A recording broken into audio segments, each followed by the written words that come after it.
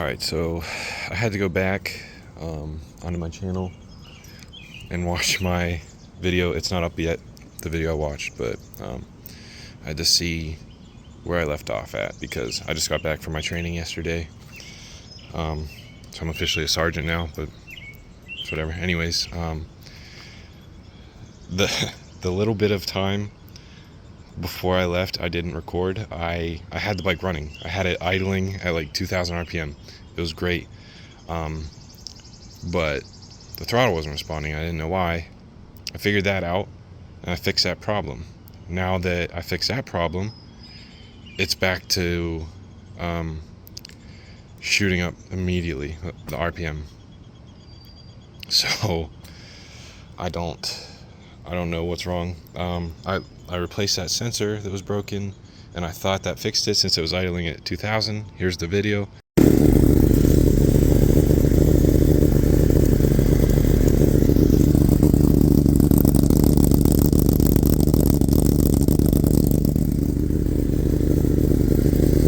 But apparently not, because I just started it again and it shot right up immediately. So I don't understand what's happening there. The fairings are here, which is cool, but can't really put them on a bike that doesn't run properly. I mean, I can, there's just no point, because then they'd be in the way. So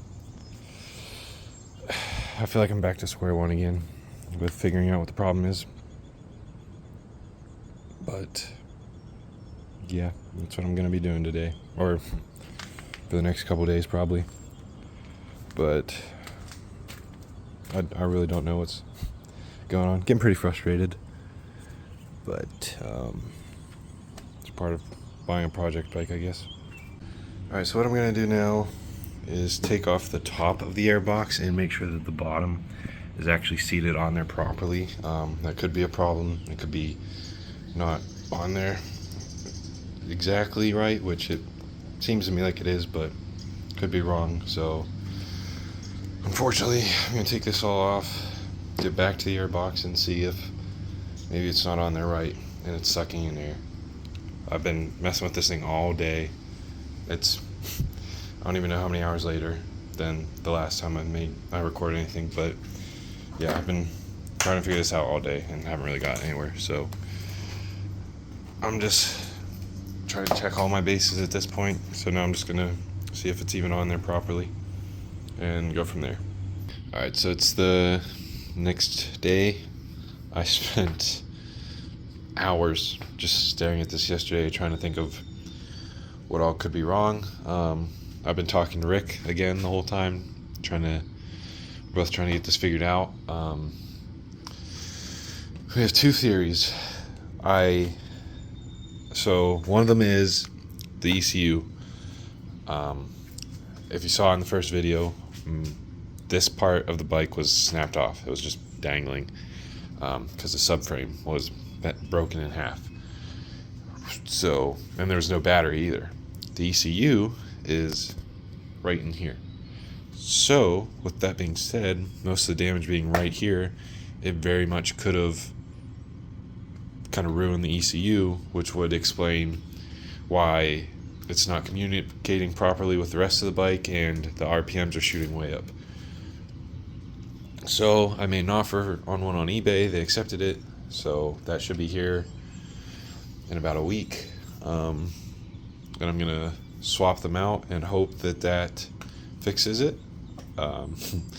If not, I'm out a good bit of money because they don't accept returns. So I'm gonna have to just try to sell that, and then be kind of screwed, because if that's not the problem, our other theory is the accelerator position sensor that I replaced, the one that's under the airbox. I can't really show you because it's, like I just said, under there. I saw some things saying that is specifically calibrated to the throttle body, so you can't just replace it because then it's not going to be calibrated, which would kind of explain why it would just immediately rev like it does. So I'm hoping that's not the problem, because if it is, I'm going to have to probably take it somewhere and get it calibrated, if they can even do that. which means I have to rent a truck to get it there. Then I have to pay them to do it, which is going to be a lot. So I'm really hoping it's just the ECU, that I can unplug the old one, plug the new one in, and that be it. That solve the problem. But I'm not sure, and I won't know till it gets here. So I'm back to waiting on parts again, which really sucks, especially because they're very expensive parts. But the fairings are here, like I said. So what I think I'm going to do today is change the oil, because it desperately needs it. I'm going to change the oil and then put some of the new fairings on. I'll probably leave this piece off, like this fairing piece off, because that way I can still get to the ECU easily. And yeah, I'll probably put everything else on, or at least try to. But so it should be pretty much all together. And then when the ECU gets here, I'll swap them out. Sorry, I'm having a really hard time talking right now, but when the ECU gets here, I'll swap them out, and hopefully that fixes my problem. Otherwise, I'm really screwed here. But we'll see when it gets here. So I will see you guys on this bike in like a week or two. I'm probably going to take the R6 out later and make a video today, so I might see you then. Yeah, it's pretty bad. As you can see, it really needed one, so glad I'm finally getting to that part at least. Yeah, that's pretty bad. I'm not gonna like directly put my camera on it because there's probably a reflection, but that's bad. Alright, so I got it all drained out. Got my new filter. I'm just gonna put it on right there in case you don't know how to change your bike oil. It's gonna go right there. Then I'm gonna put the bolt back in over here. I'll go over on the other side and pour the oil in. Alright, so the new ECU just got here. So I'm gonna have to take this stuff off to get to it. I'm gonna switch them out, and I'm gonna turn the bike on and see what happens. I'm not gonna lie, there is a lot of pressure on this ECU right now, because if it doesn't work, the only other reason I can think of the bike doing what it's doing is going to cost me a lot of money to fix. And it's going to be a big pain, and I really don't want to have to put even more money into this than I already have. And yesterday, the chain broke on my R6. So, yeah, that's what I'm dealing with. I haven't even looked at the damage yet because I've been waiting for this to get here. So when I'm done with this bike for the day, I'm going to check out the R6 and see how bad it's damaged. But so now I'm down to 0 bikes. I have 2 bikes and neither of them run. So if this ECU does not fix the problem, it's not going to be a very good day for me. But I'm going to get to work and see what happens. Alright, it's like 5 minutes later. I swapped them out. So, see how this goes.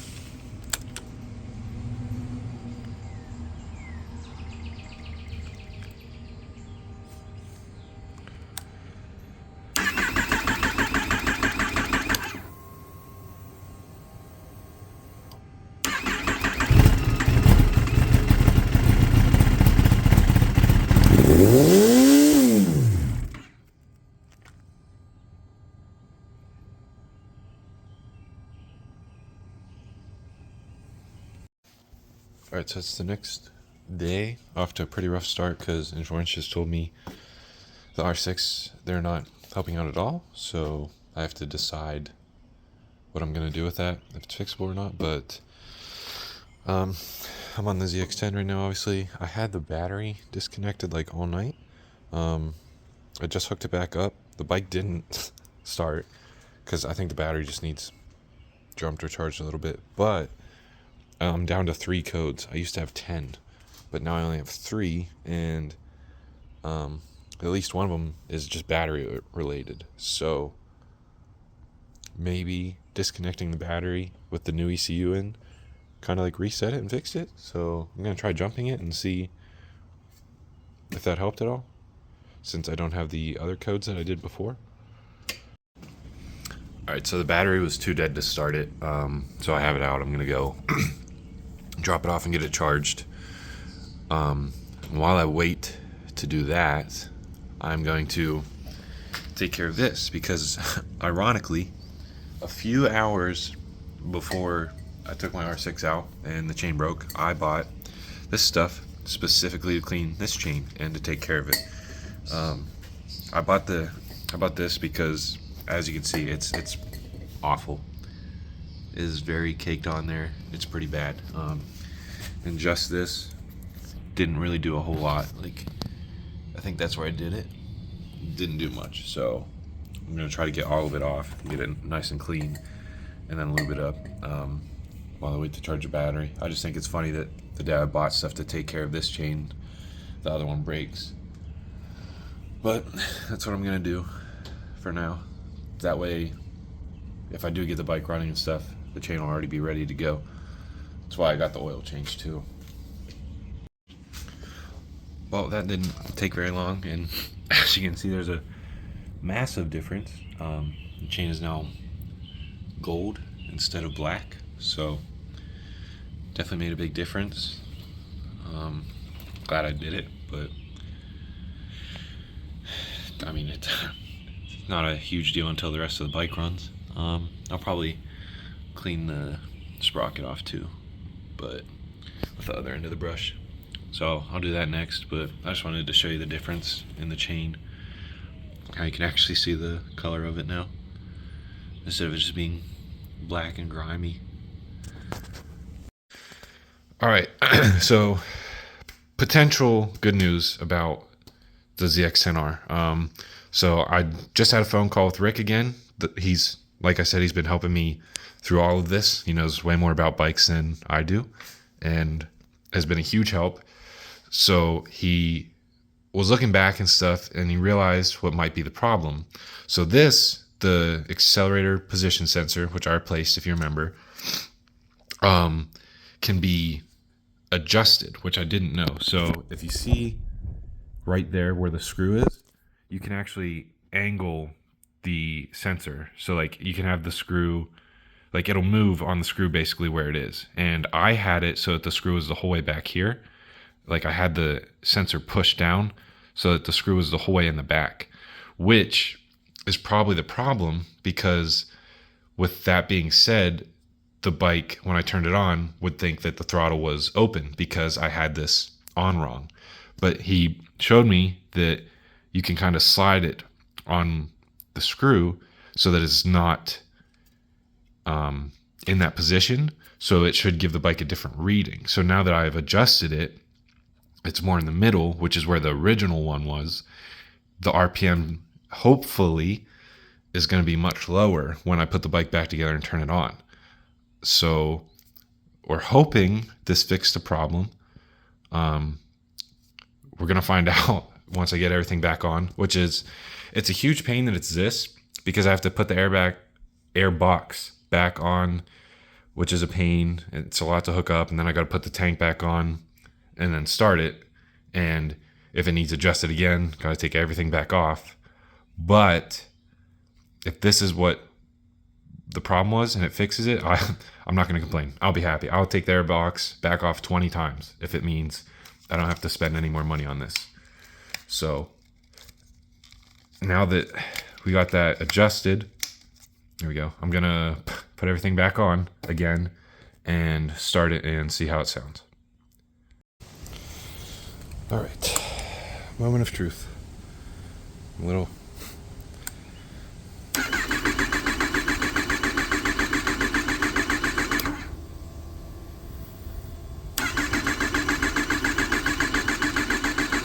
Probably needs a little more gas or something, I don't know. Okay, so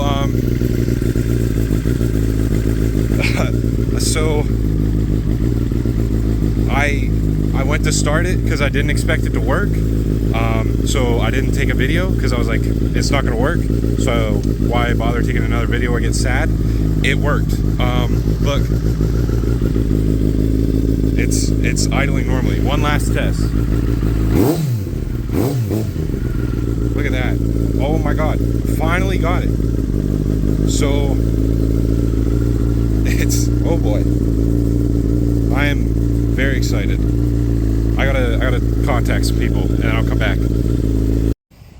Okay, I shut the bike off, so you should be able to hear me now. But yeah, like I said, I put everything back together and it wasn't working. I was having problems, so I kind of took it back apart to see what I did wrong,